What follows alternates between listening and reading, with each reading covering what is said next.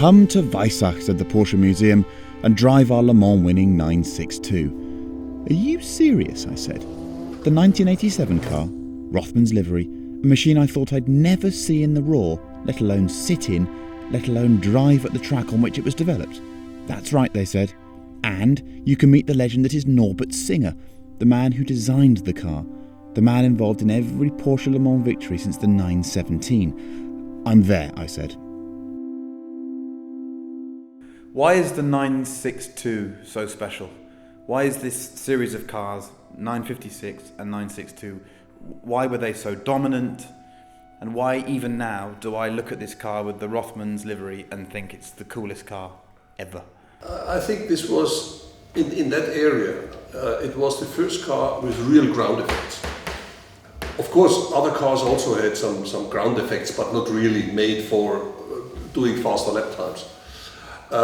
And we were, let's say, lucky, or we found the right key to do quite a big step. And in comparison, when we talked about downforce, amount of downforce, we had our aim was the 91730, the Canon car, which didn't care about drag, just get downforce because they had 1,000 horsepower. There was enough power there. And we knew how much downforce we had that. And when we saw that we can even double that downforce or make it 2.5 times more downforce, then we knew that this is the right way. With a reasonable track, of course. Yeah. And this was your discovery of the ground effect technology. Obviously, you were doing things that not even Formula One was doing because they didn't have as much body to work with, did they? Yeah, Formula One did ground effects already 2 or 3 years earlier. With the skirts? With the skirts. Yeah. And that's where we started, because we saw that on Formula One it's working perfectly, the lap times were much faster. So we started like Formula One. We copied a kind of Formula One with a wider cockpit because there was a 2-seater car. And it turned out that it does not work at all. There was no way. And even when we put it skirts on, which regulation doesn't allow, just to learn ground effects, it does not work. It was even worse with skirts. And then we realized we need the air going from the side to the tunnels, which is for the sports car most important. And then we modified that area to help that area to improve the downforce. And this was the key to everything. The ground effect gave this incredible performance, but if the car was known for speed, it was also known for this durability, this reliability. And it was also, there were so many stories of customers coming to buy the cars, buying the car, sign the documents, given the key, turn the key, start the car, and just go. It's really the truth? Yeah, because, well, reliability was always a big story in Porsche, because Porsche was always thinking with every race car, or nearly every race car, thinking about Le Mans. And Le Mans means not just top speed, it means also durability. You had to run first 24 hours, and then you can see where you are. Maybe you win. And durability was a big thing. And this was, let's say, the education in Porsche. Everybody was thinking in whatever you do, does it last 24 hours? Yeah. And this was not just on the 956, it was all the previous types as well. What was the most difficult component to make last 24 hours? Yeah, it's a gearbox. Yeah? Hence the synchromesh. Right. Of course, we had a lot of experience in that, so it was not a problem on this car, on the 956, but on the previous cars. We had problems. Yeah, we had problems with gearboxes. Yeah. Because Le Mans, with the long straight, there were no chicanes in, you run a minute or even longer on full throttle and one gear, in the top gear. Yeah. And this very often hurts the top gear. First the engine, but when the engine was reliable, then the next is the gears. And did it feel like a challenge every time you went to Le Mans? Le Mans is always a challenge, whatever. Even if you have, let's say, a reliable car, you are never 100% sure that some details may go wrong, which went 2 times or 3 times were right, but the 3rd or 4th times, they can fail.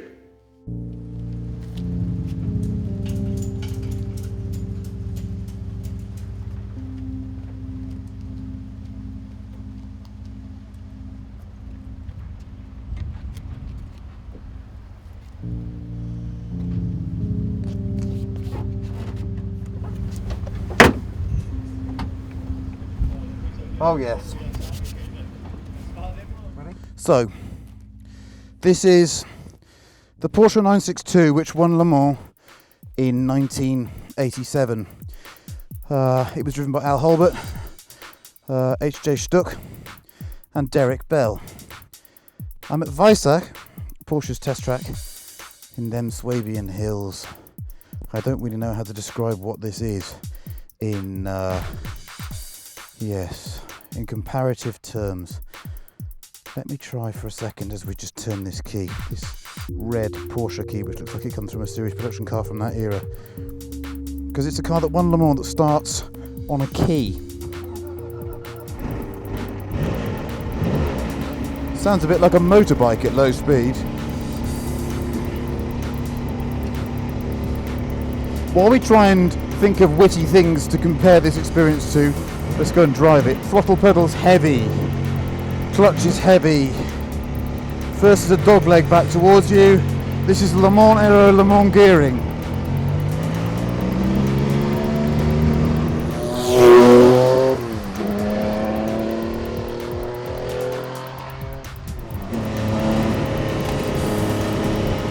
Car wants to change direction, doesn't have that much aero.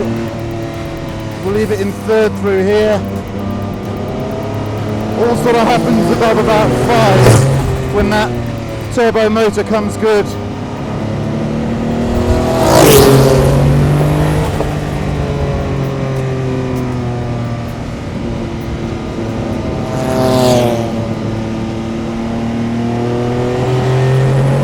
There she goes.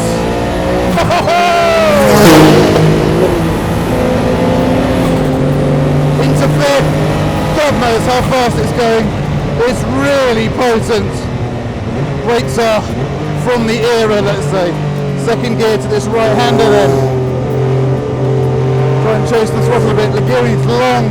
This thing will do 240 miles an hour.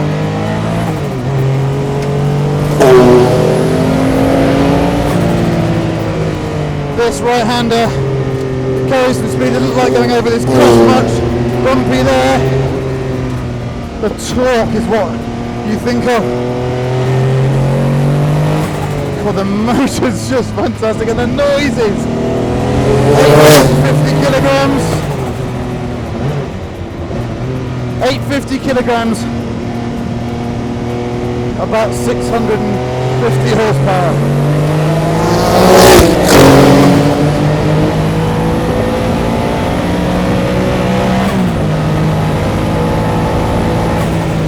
And of course it was all about going fast in a straight line, really.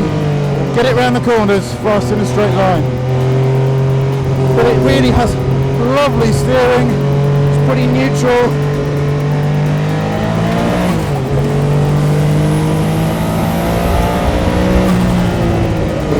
And then it just goes on the straights. The torque of the motor is great, and then you get this wallop at the top end. But it's small in here, and it's physical too.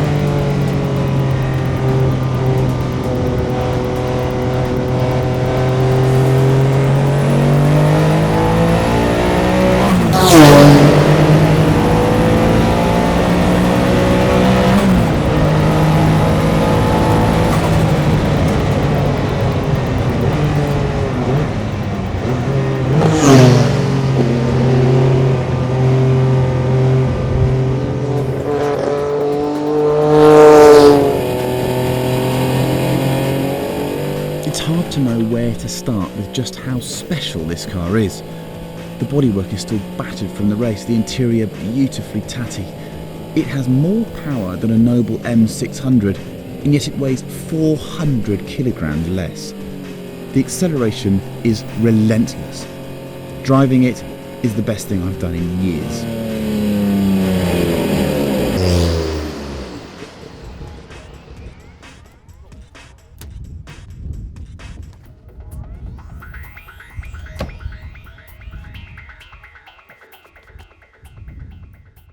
And driving the car today, first of all, I'm speechless at how fast it is, how easy the car is to drive in real terms.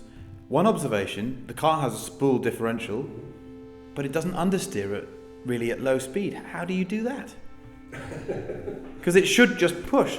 Particularly with the turbo motor, it should just... But it doesn't. Well, it's a long way to find a setup to get rid of these understeer. It still has some understeer. It depends on the tires you're using.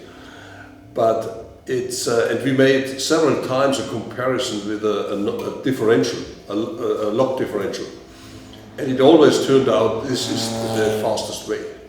Yeah. Doing the with the spool on that car with these tires on that time. Today, I think a spool is you can do it with a differential because you have learned a lot now with the differentials with these different things, and now a differential is a must. Yeah.